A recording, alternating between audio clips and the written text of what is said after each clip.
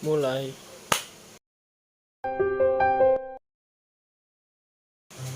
Halo teman-teman, Assalamualaikum warahmatullahi wabarakatuh. Jumpa lagi bersama saya Harun Ar-Rasyid Hasbullah. Di video kali ini kita akan membahas 5 desainer Indonesia terpilih yang akan saya bahas pada video kali ini. Oke, tanpa berlama-lama kita langsung ke nomor 1.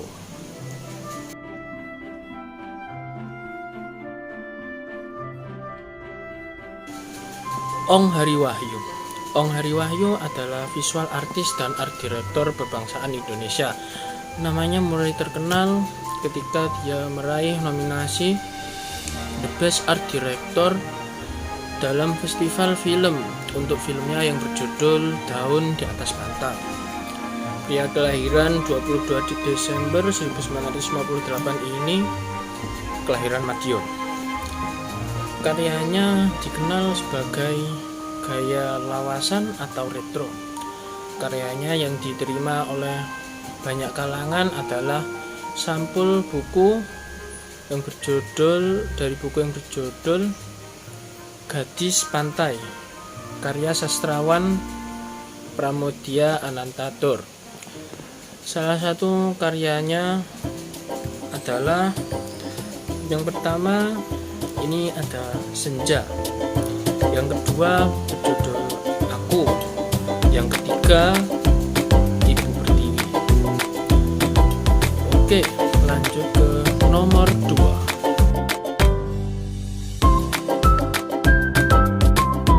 Ignatius Hermawan Tanzil, kelahiran Bandung. Beliau ini sudah terbiasa sejak dini dengan yang namanya tinta. Sejak dini itu dia sudah membantu orang tuanya dalam usaha keluarga di percetakan.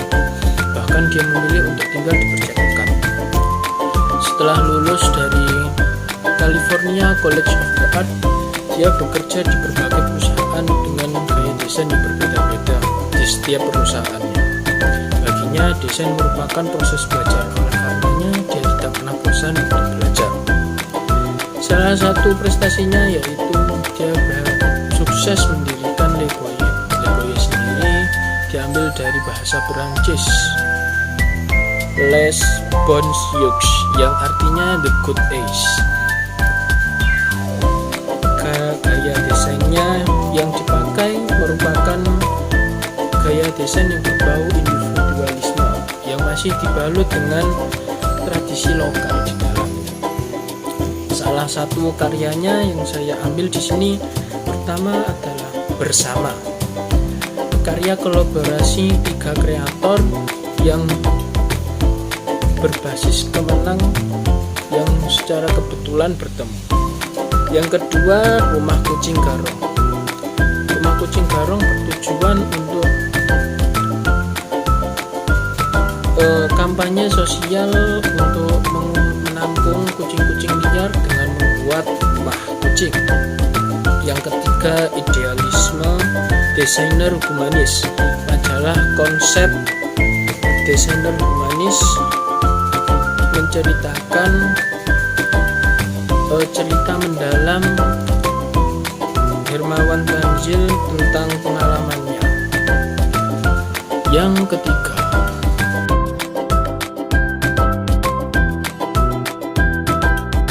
Danton Sihombing. Danton Sihombing merupakan perancang grafis asal Indonesia. Beliau merupakan pendiri sekaligus direktur utama dari Inkara Brand Consulting yang merupakan merek lokal Indonesia. Keren? Ya, memang keren, tapi masih ada yang keren nanti. Dia kelahiran 5 November 1968 ini adalah kelahiran Jakarta. Danton Sihombing pernah menjabat sebagai anggota Presidium Asosiasi Desainer Grafis Indonesia atau singkatannya ADGI, dan berhasil membuahkan standar kompetisi kerja nasional Indonesia (SKKNI) untuk profesi desainer grafis yang telah disahkan oleh Menteri Tenaga Kerja dan Transmigrasi. Gaya desain yang dimilikinya adalah dari karakteristik tipografi buatannya yang dia jelaskan pada bukunya Tipografi dalam Desain Grafis. Salah satu karyanya pertama adalah buku Tipografi Desain Grafis tahun 2001. Yang kedua buku Warisan 5 Desainer. Yang ketiga mendirikan Inkara Brand Consulting. Lanjut ke nomor 4.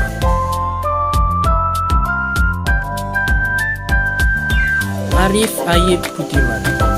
Arif Ayib Budiman atau biasa dipanggil dengan Ayib merupakan figur penting desain grafis dan komunikasi pemasaran di Indonesia. Dia mulai menandai wilayahnya sejak tahun 1991 dengan mendirikan Mata Merah.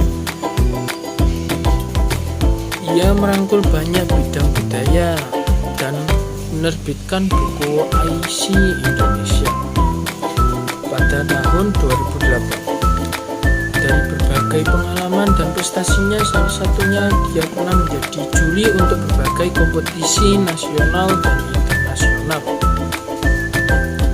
Salah satu pendiri Bali Creative Festival pada tahun 2010 dan 2011.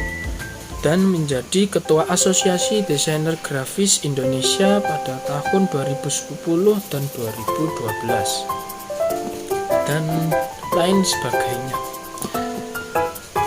Style yang dia gunakan atau penggunaan style yang lebih tepatnya style postmodern, namun dengan penambahan unsur kebangsaan di dalamnya.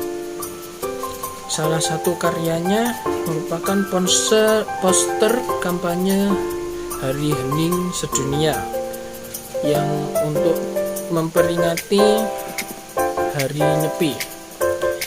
Yang kedua, Ibu Tanpa Kata 2007, hadiah berharga yang didedikasikan untuk Ibu Pertiwi dari Konferensi Perubahan Iklim. Yang ketiga, buku IC Indonesia. Lanjut ke nomor 5.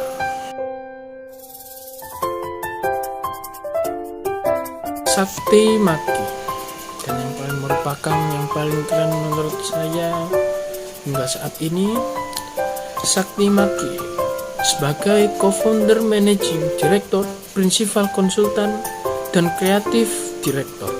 Sakti Maki bertanggung jawab atas segala standar pembuatan, strategic brand development, brand expression, dan brand activation yang dihasilkan oleh Maki Strategic Branding Consultant. Hingga saat ini, beliau sudah banyak menangani berbagai merek, baik nasional, regional, dan multinasional. Seperti Unilever di Indonesia, Coca-Cola, Nestle, Frisian Flag, Cerale, Danone. Beliau pernah mengemban pendidikan di Art Center College of Design, Pasadena, California, USA, dengan titel Bachelor of Science in Industrial Design dan berpredikat cum laude. Penghargaan yang pernah dia raih adalah penghargaan Global Rare Brand 2013 dan semifinal 2004 Ernst & Young penghargaan pengusaha termuda. Art style yang dia gunakan atau yang biasa disebut style art eksperimental dalam menciptakan brand dengan sedikit bumbu postmodern. Dari berbagai karyanya, banyak dari karyanya itu sudah melekat pada kehidupan sehari-hari.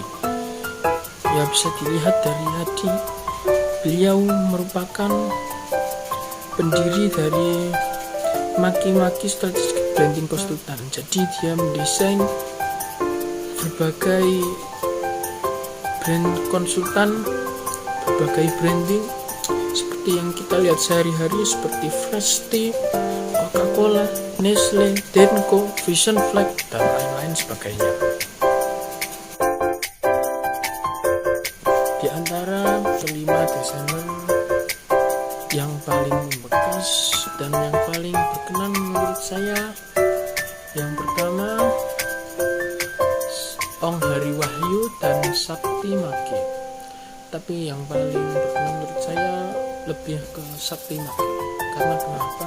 Sakti Maki, beliau itu selain seorang desainer grafis, dia pendiri Maki-Maki brand konsultan. Jadi bisa disimpulkan dia itu sudah mendesain berbagai brand. Kalau Maki-Maki atau Sakti Maki itu tidak ada, berarti semua desain seperti Danone, Nestle, Vision Flag, Coca-Cola, nah itu desainnya tidak sampai seperti sekarang. Begitu hebatnya Sakti Maki. Oke, sekian video dari saya. Bila ada salah kata atau kekurangan mohon dimaklumi. Wabillahi taufik wal hidayah. Wassalamualaikum warahmatullahi wabarakatuh.